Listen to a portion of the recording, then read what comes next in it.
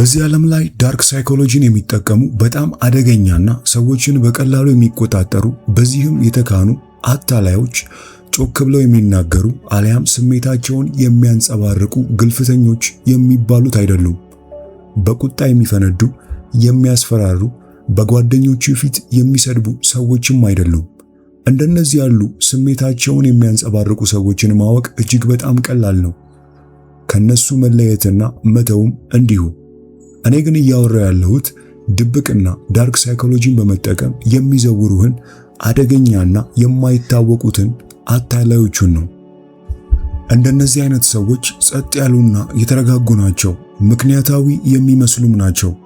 ካንተ ጋር በጠረጴዛ ላይ ለእራት ሲቀርቡ ፈገግ እያሉ ይቀመጣሉ። ነገር ግን በዝምታ ታሪኩን ይቀይሩታል። አጥፍተው እንኳን ጥፋተኛው ማን እንደሆነ ቀስ በቀስ ወደ አንተ ያዞሩታል። ምክንያቱም ይህ መቆጣጠር እንደሆነ አንተ አይታየህም። ምክንያቱም ጩኸት የለም። እየዋሹ እንኳን ውሸት እንደሆነ የምታውቅበት መንገድ የለም። እንደ ፊልም ክፉ ገጸ ባህሪ ረጅም ንግግርም አያደርጉም። ስለዚህ አትቃወምም። ከሁሉ በላይ ጦርነት እየተካሄደብህ እንኳን እንደሆነ አታውቅም። ሳታውቀው እጅ ትሰጣለህ። ዛሬ እነዚህ አደገኛ ሰዎችን የምትለይባቸው 7 የዳርክ ሳይኮሎጂ መሳሪያዎችን ከዚህ መጽሐፍ ላሳይ እፈልጋለሁ። እነዚህ 7 የተለመዱ ስልቶቻቸው ሲሆኑ እነዚህን ማወቅ እጅግ በጣም ጠቃሚ ነው። 7 በጣም ጸጥ ያሉ ለማየት አስቸጋሪ የሆኑ ስውር ዘዴዎች ሲሆኑ ይህም ብቻ ሳይሆን እነዚህን ዘዴዎች በሌሎች ላይ እንዴት እንደሚጠቀሙባቸው ከሁሉ በላይ በቅርብ ሰዎቻቸው ላይ እንዴት እንደሚጠቀሙ በእነሱ በሚታመኑ ሰዎች ላይ ጭምር እንዴት እንደሚጠቀሙና እንደሚዘውሩ ከዚህ ቪዲዮ እናያለን። ይህ ቪዲዮ ሲያበቃ እነዚህን ነገሮች ከእንግዲህ በኋላ ሳታይ ማለፍ አትችልም። የዚህን ቪዲዮ ዋናው ዓላማ አንተን ከእንደዚህ አይነት የዳርክ ሳይኮሎጂ አታላይና አስመሳይ ሰዎች በትክክል ማዳን ነው። ምክንያቱም አንድን የማታለያ ስልታቸውን ስም በመስጠት በቅጽበት ማወቅ በጀመርክበት ሰዓት በአንተ ላይ ያለውን ኃይል ሙሉ ለሙሉ ያጣሉ። አስታውስ፣ ማታለል የሚሰራው አንተ ምን እየተከሰተ እንደሆነ ሳታውቅ ብቻ ነው። አንዴ ካወክ ግን ያ ምትሃት ፈጽሞ ይሰበራል። እስከ መጨረሻው ከኔ ጋር ስንቆይ 5ኛውን ዘዴ በስፋት የምናይ ይሆናል። እነሱ እንደሚሉት ማንም የማያወራበትና ማንም ያልደረሰበት ሳታስተውል በዚህ ሳምንት ብቻ በአንተ ላይ ሊፈጸም የሚችል አይነት ዘዴ ነው። 7ኛው ደግሞ ዝምተኛው ዘዴ ሲሆን ከሁሉ በላይ በጸጥታ የሚሄድና የሚያፈርስ ሊሆን ይችላል። በተለይ 5ኛውና 7ኛውን ዘዴ እንድትሰማ ከወዲሁ ልጠቁምህ እፈልጋለሁ። ይህ የዳርክ ሳይኮሎጂ መጽሐፍ ሙሉ በአማርኛ ስላለ እንደተለመደው ከታች ባለው የቴሌግራም ሊንክ ብትጽፉልን ወደ እናንተ የምንልክ ይሆናል። እንደተለመደው ቪዲዮውን ላይክ እና ሼር፣ ቻናሉንም ሰብስክራይብ በማድረግ ተቀላቀሉን። አሁን ዘዴ 1 የዳርክ ሳይኮሎጂ አታላዮች የሚጠቀሙበትን ወደ ማየት እንሂድ። መጀመሪያ የምናየው ዘዴ 1 ኮንቨርሴሽናል ኦነርሺፕ ወይም የአንድን ውይይት ሙሉ ለሙሉ መቆጣጠር የሚል ነው።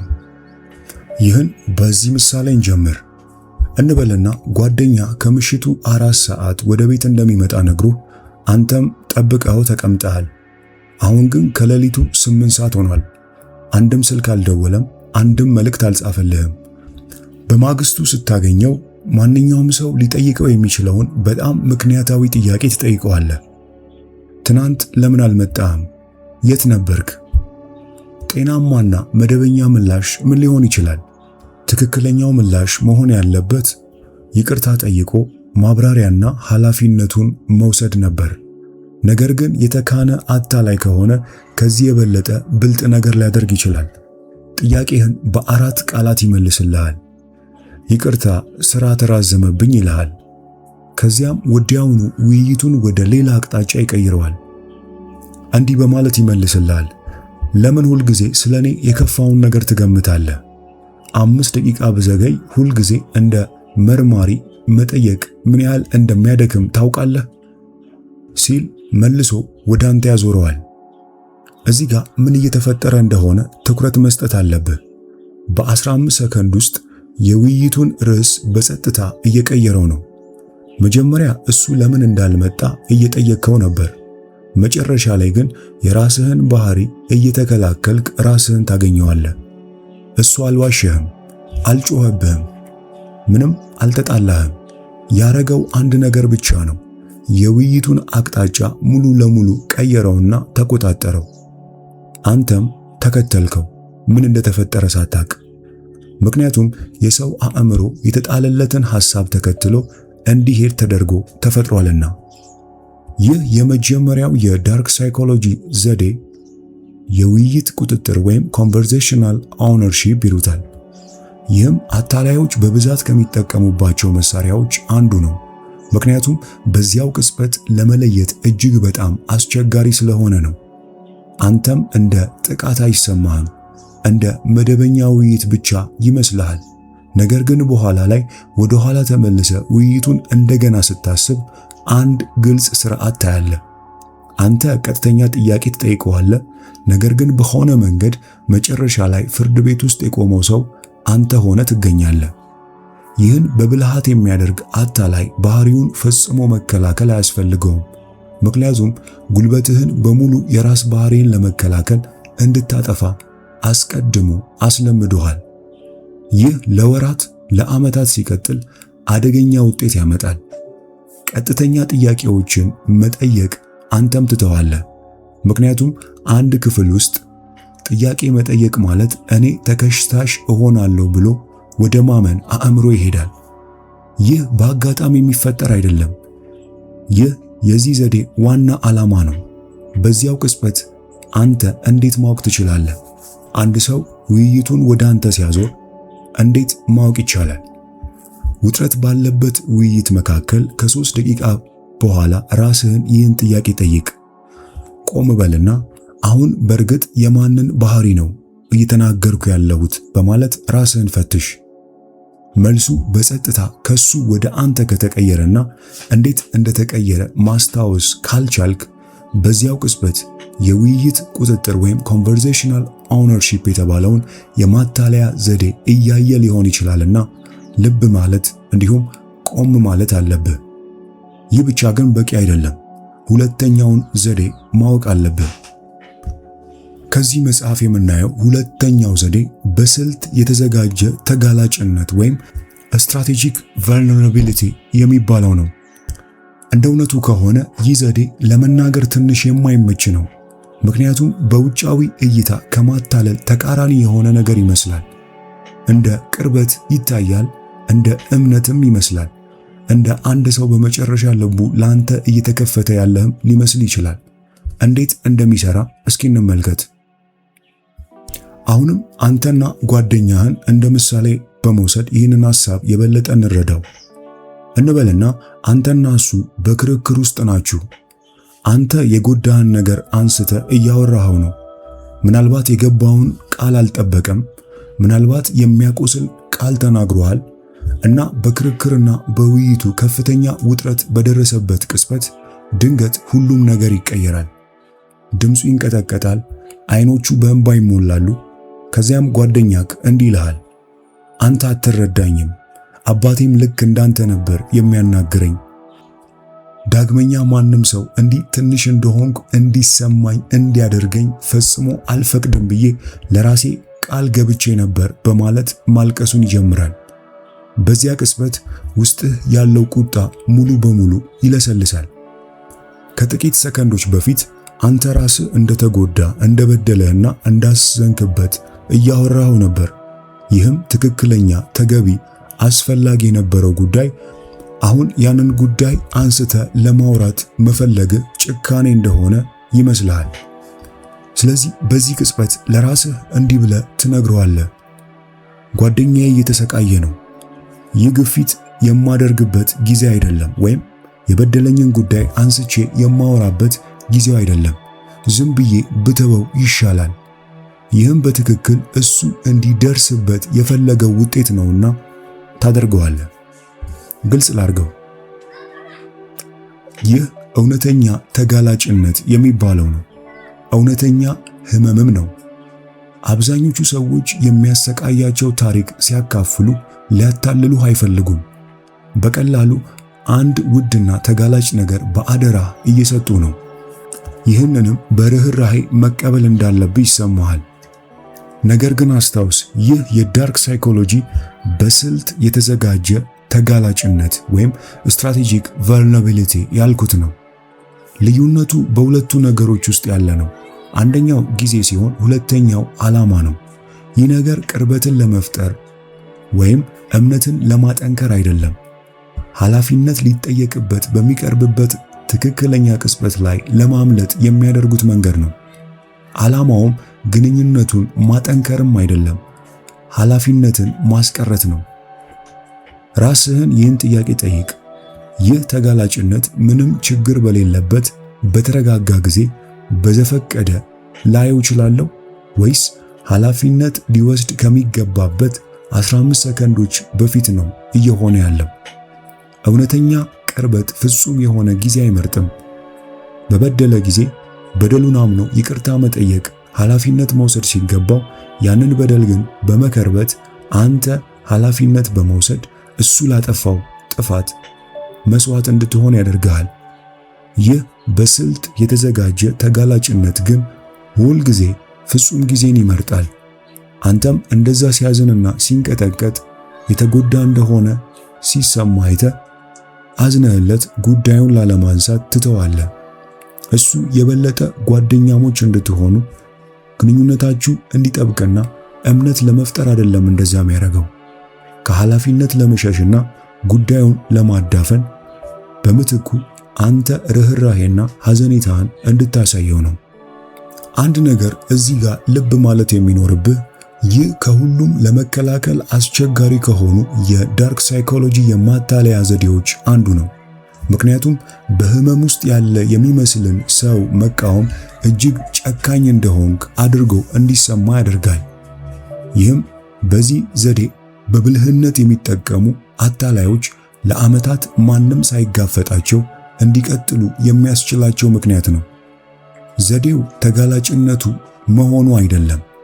ዘዴው ያ ተጋላጭነት ሁልጊዜ በትክክለኛው ጊዜ ካንተ የሚያገኘው ጥቅም ነው። አሁን ወደ ሶስተኛው ዘዴ 3 ወይም ተቃራኒ መልህቅ ሪቨርስ አንከሪንግ የሚለውን እንመልከት። ይህ ደግሞ ከሁለቱ የከፋ አደገኛው ነው። ዘዴ 3 ሪቨርስ አንከሪንግ የሚባል ሲሆን ተቃራኒ መልህቅ እንደማለት ነው። እስኪ አሁን ስለ ድርድር እንነጋገር።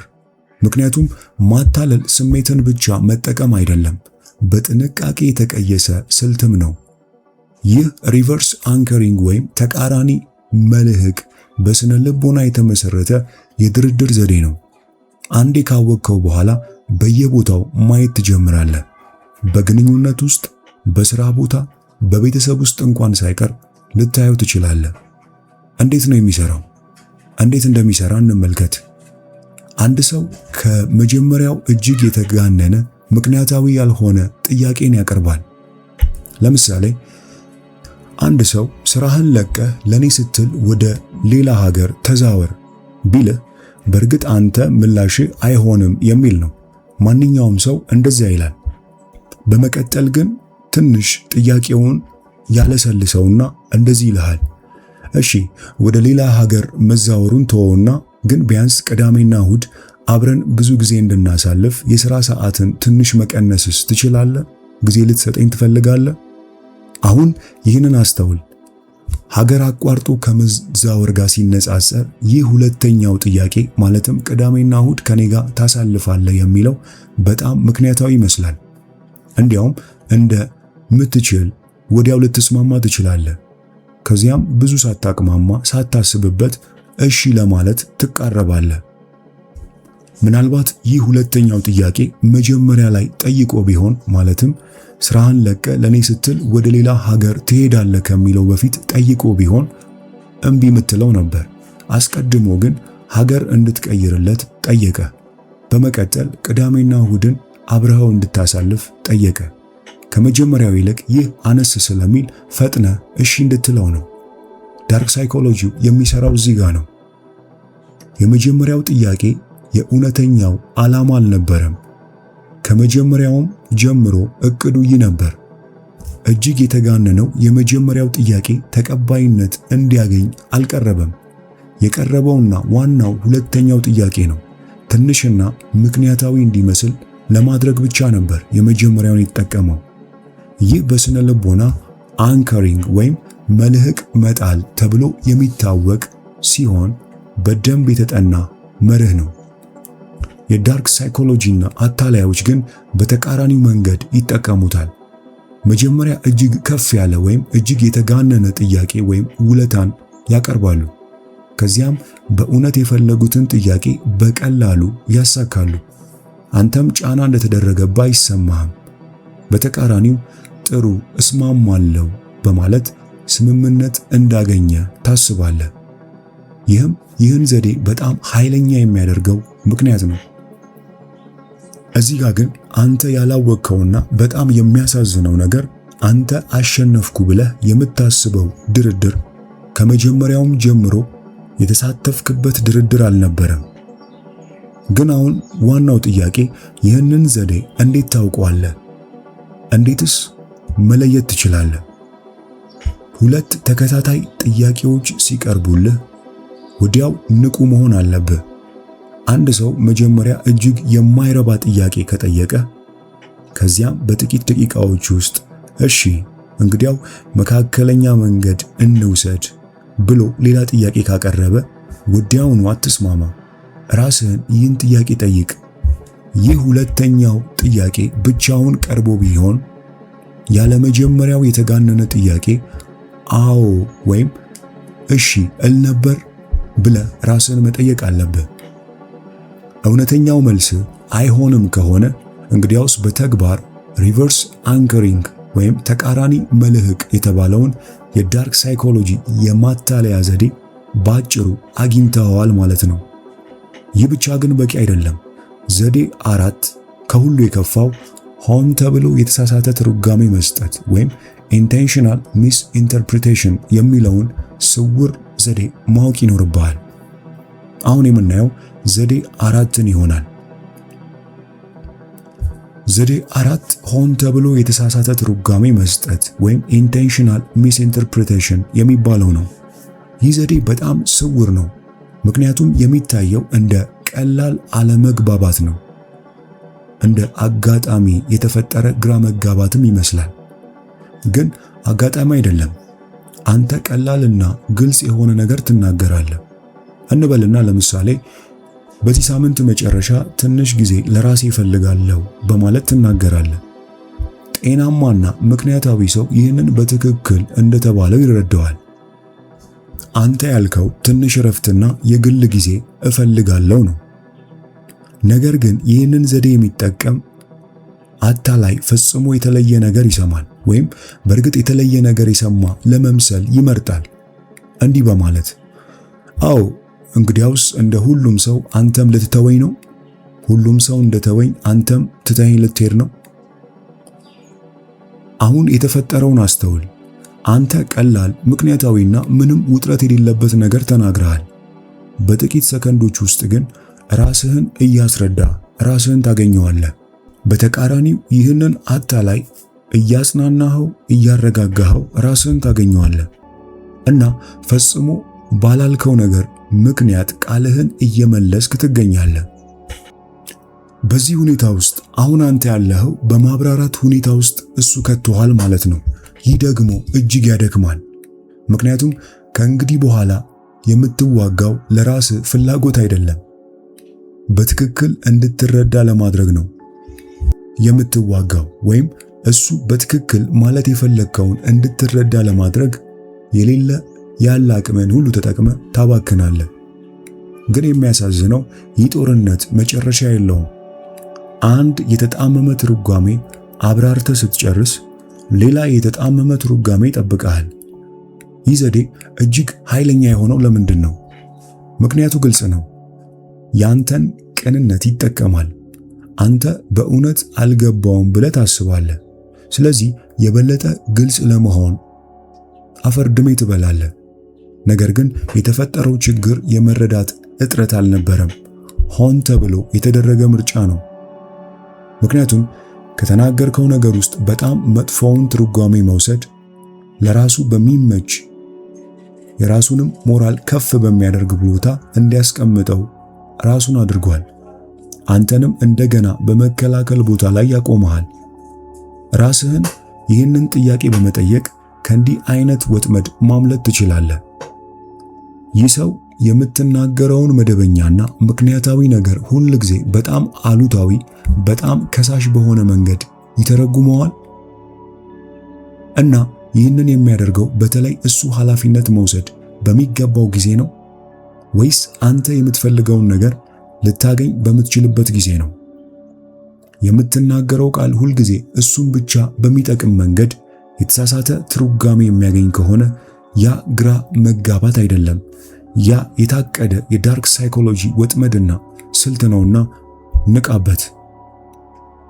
አሁን በጣም አጓጊ ወደ ሆነው ዘዴ 5 ማለትም የእውነት ምትሃት ተጽዕኖ ወይም the illusion of truth effect የሚባለውን የምናይበት ሰዓት ደርሷል። ይህ ዘዴ ከሌሎቹ በጣም የተለየ ነው።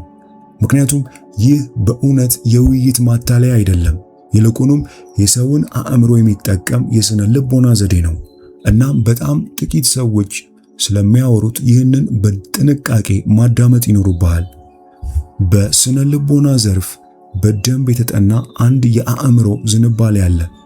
ይህም አንድ ሰው አንድን ነገር በተደጋጋሚ በሰማ ቁጥር እውነት እንደሆነ አእምሮ የበለጠ ይሰማዋል፣ ምንም እንኳን በእውነት እውነት ባይሆንም። አእምሮ ሁል ጊዜ የድሮ መረጃዎችን እንደገና ለመመርመር አልተገነባም። ኃይል ለመቆጠብ ሲባል የሚያውቀውንና የሚደጋገምለትን ነገር በቀላሉ ለማመን ይመርጣል። ድግግሞሽ መተዋወቅን ይፈጥራሉ። መተዋወቅ ደግሞ በስህተት እንደ እውነት ይቆጠራል። ይህ ነው illusion of truth effect ወይም የእውነት ምትሃት ተጽዕኖ የሚባለው። እና እነዚህ የዳርክ ሳይኮሎጂ አታላዮች ብዙ ጊዜ የስነ ልቦናውን ስም እንኳን ሳያውቁ ይህንን በቀጣይነት ይጠቀሙታል። እውነተኛ ህይወት ውስጥ እንዴት እንዳለ እንመልከት። አንተ በጣም ስሜታዊ ነህ። አንድ ሰው ሲልህ አንድ ጊዜ ብቻ ይህንን ቢልህ ምናልባት ትቃወመዋለህ ወይም ችላ ትለዋለህ። ሁለት ጊዜ ቢደግመው ማሰብ ትጀምራለህ። ነገር ግን በሁለት ዓመት ውስጥ 50 ጊዜ ይሄ ሰውዬ ቢነግርህ ማለትም አንተ በጣም ስሜታዊ ነህ ቢልህ አሁን ይህንን ነገር ማመን ትጀምራለህ። ፊልም ስታይ፣ ውስጥ ስለተነካ ስታለቅስ፣ ወይም አንተን የሚያስቀይም ቀልድ ስትሰማ ስትናደድ፣ ወይም አጥፍተህ ይቅርታ ስትጠይቅ አንድ ነገር በውስጥህ መቀየር ይጀምራል። ከእንግዲህ ያንን ክስ መከላከል ታቆማለህ። ምክንያቱም አንተ ስሜታዊ ነህ የሚለውን በእነዚህ ነገሮች ማመን ትጀምራለህ።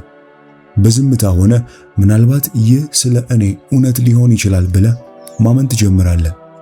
አታላዮች በዙሪያቸው ባሉ ሰዎች ውስጥ የሐሰት ታሪኮችን የሚጭኑት በዚህ መንገድ ነው።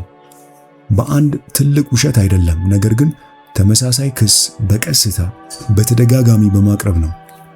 እስከዚያ ድረስ ይደጋግሙታል። ያንተ የማሰብ ኃይል እንደ ውሃ ድንጋይን እንደሚያለሰልስ ቀስ በቀስ ይዳከማል። አንድ ቀን ምናልባት በእውነት በጣም ስሜታዊ ነኝ ብለህ ስለ ራስህ ማሰብ ትጀምራለህ። ነገር ግን መቼ ወደዚህ እንደደረስክ ማስታወስ አትችልም። በቀላሉ አንድ ቀን እዚያ ደርሰህ ራስህን ታገኘዋለህ። ከዚህ ዘዴ መከላከያው ምንድን ነው? በጣም ቀላል ነው፣ ነገር ግን ኃይለኛ ነው። አንድ ሰው ስለ አንተ የሚናገረው አንድ ሐረግ በተደጋጋሚ ከመጣ፣ በተለይም ከዚያ ሰው ብቻ ከሆነ ቆም በልና ራስህን ጠይቅ። ይህ በእውነት እውነት ነው ወይስ ደጋግሞ ስለሚነግሩኝ አምኜ ነው? እነዚህ ሁለት ፍጹም የተለያዩ ነገሮች ናቸው። ሆኜ ነው ወይስ ስላሉኝ ነው የሆንኩት የሚለውን ሁሌም ራስህን መጠየቅ አለብህ። የዳርክ ሳይኮሎጂ አታላዮች እነዚህን ሁለት ነገሮች እንዳትለይ ሁሌ ተስፋ ያደርጋሉ። ይህም ብቻ ግን ደግሞ አይደለም። 3 ማዕዘናዊ ማታለል የሚባልም ሌላ ስድስተኛ አለ። ይህ 3 ማዕዘናዊ ማታለል ወይም ትራያንጉሌሽን የሚባለው ዘዴ ዘዴ 6 ብየዋለሁ። መርዛማ በሆነ ግንኙነት ውስጥ ከነበርክ የፍቅር፣ የቤተሰብ ወይም የሥራ ግንኙነት ምናልባት ይህንን ዘዴ አጋጥሞ ይሆናል። ምንም እንኳን ስሙን ሳታውቅ ሊሆን ይችላል። ትራያንጉሌሽን ማለት አንድ አታላይ ሰው ሶስተኛ ሰውን ወደ ግጭት ማስገባት ማለት ነው። ያ ሶስተኛ ሰው የሱን ወገን ለማረጋገጥ ይጠቀምበታል። ያ ሰው እውነተኛ ሊሆን ይችላል ወይም ሐሳቡን ሊያጋንን ይችላል። እንዲያውም ፈጽሞ የሌለ ሰው ሊሆንም ይችላል። እስኪ በምሳሌ እንየው። ለምሳሌ እንዲህ ሊሉ ይችላሉ። ስላንቺ ውፍረት ሳራም እንደወፈርሽ ታስባለች። ወይም ደግሞ ጓደኞቼ ሁሉ ባህሪ ሁሉ እንደተቀየረ ይስማማሉ። ሁሉም ሰው ሊያየው የሚችለው አንተ ብቻ ግን ማታየው ለምንድን ነው ይሉሃል። ድንገት ግጭቱ ከናንተ ሁለት ወይም በሁለታችሁ መካከል ብቻ ያለ ነገር አይሆንም። ሌሎች ጓደኞች እንደተቀየርክ፣ እንደተለወጥክ፣ እንደወፈርክና እንደከሳ እንደሚያምኑ አድርገው ሲነግሩ ግጭቱ ከአንተ ወይም ከጓደኛ ጋር ብቻ ሳይሆን እንደ አንተ ለብቻ ሆነ ከትንሽ ሕዝብ ጋር እየተዋጋ እንደሆነ ይሰማሃል። እና ይህ ለአእምሮ አንድ ልዩነት ያደርጋል፣ ያገልሃል። በራስህ ግንኙነት፣ በራስህ ሕይወት ውስጥ እንደ ውጭ ሰው እንደሆንክ እንዲሰማ ያደርጉሃል። እሱ የሚለው ነገር ከአንተ አመለካከት ጋር ብቻ ቢነጻጸር የራስህን ማስተዋል ማመን ትችል ነበር። ነገር ግን የእሱ አመለካከትና የማታያቸው የደጋፊዎች ቡድን አብረው ሲቀርቡ የራስህ መተማመን መንቀጥቀጥ ይጀምራል።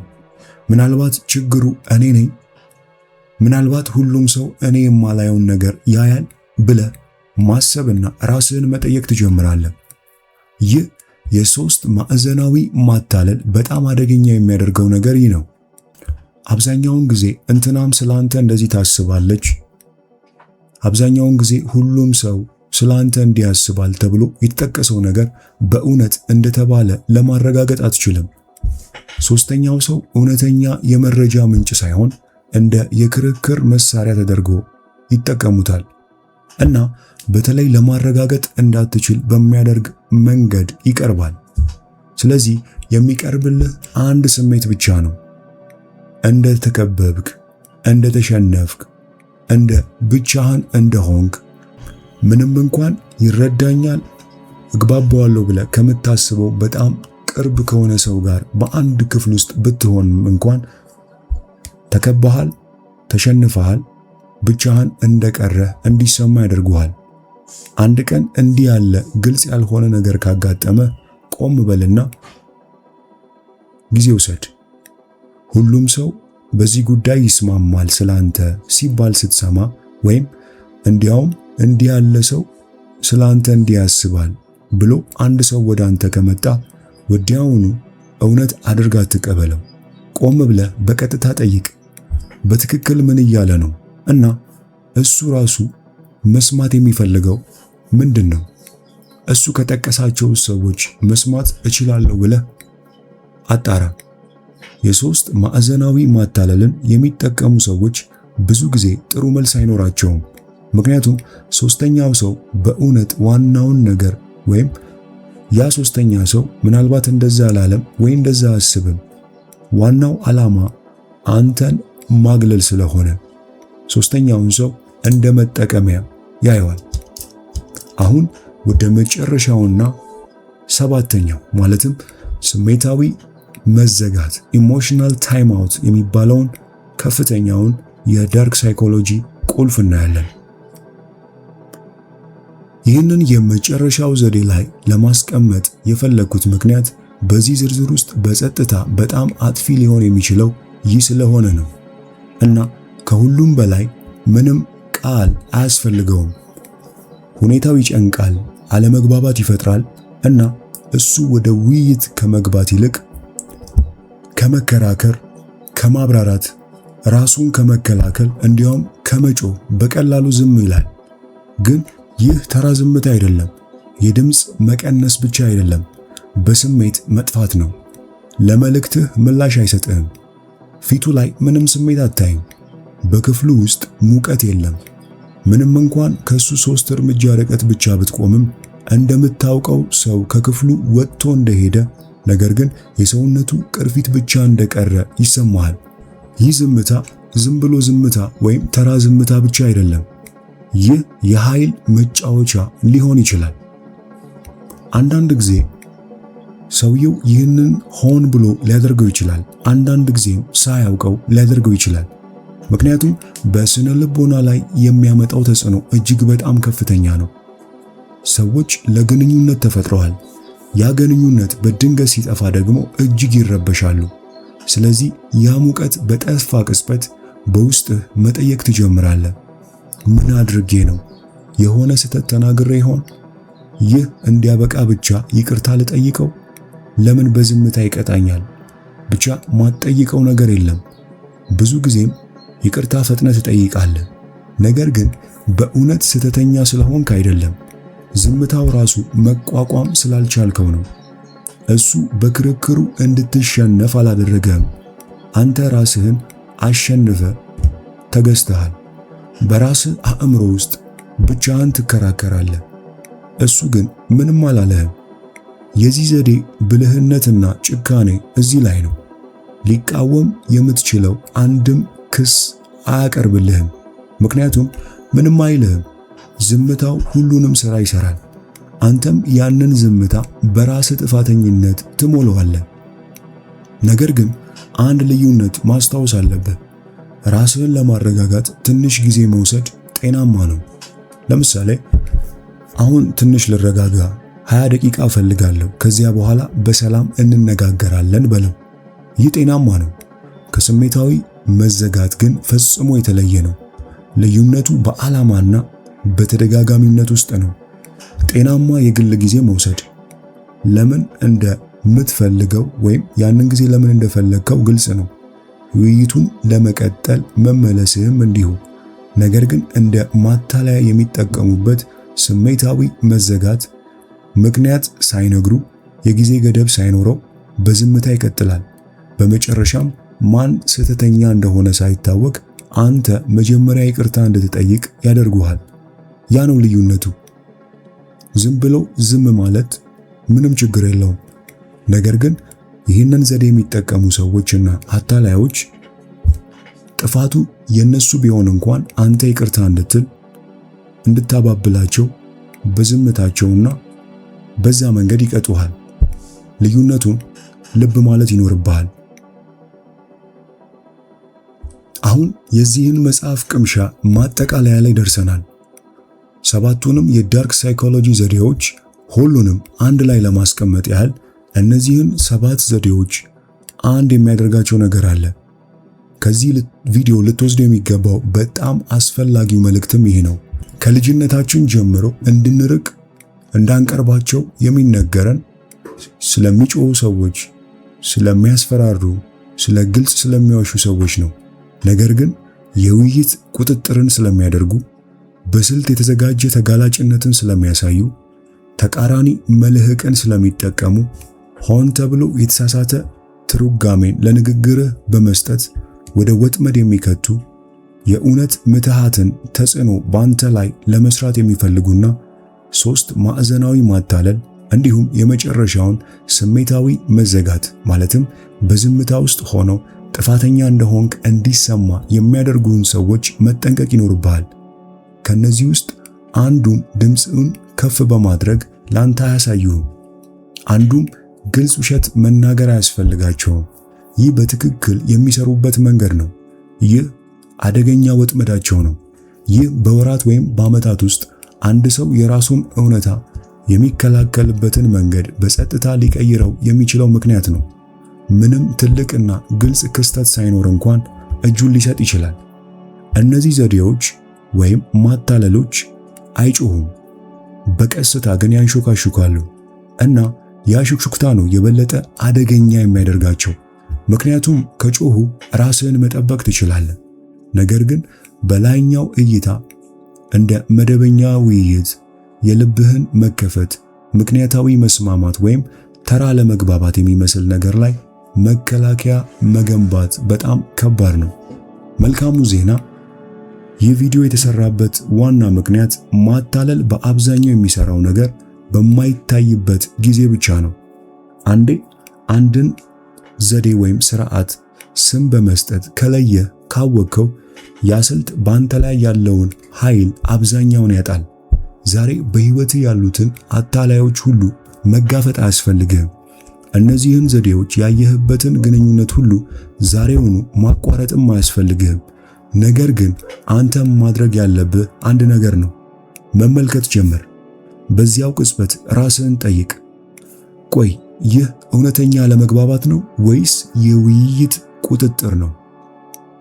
ይህ እውነተኛ ተጋላጭነት ነው ወይስ ጊዜው በጣም የተመቸ ነው? በእውነት በጣም ስሜታዊ ነኝ ወይስ ያንን ሐረግ 100 ጊዜ ተደጋግሞ ስለተነገረኝ ነው?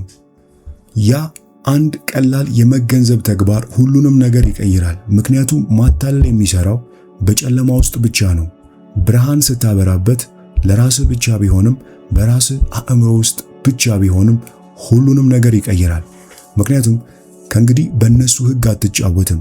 በመጨረሻ ሕጎቹን ማየት ችለሃል። የዛሬው ይህ ቪዲዮ በራስህ ሕይወት ውስጥ ያለን አንድ ስርዓት እንድታይ ካደረገ ይህንን ቪዲዮ ላይክ ማድረግ፣ ይህን ቪዲዮ ለሚያስፈልጋቸው ሰዎች ደግሞ ሼር በማድረግ እንድትረዳቸው እልሃለሁ።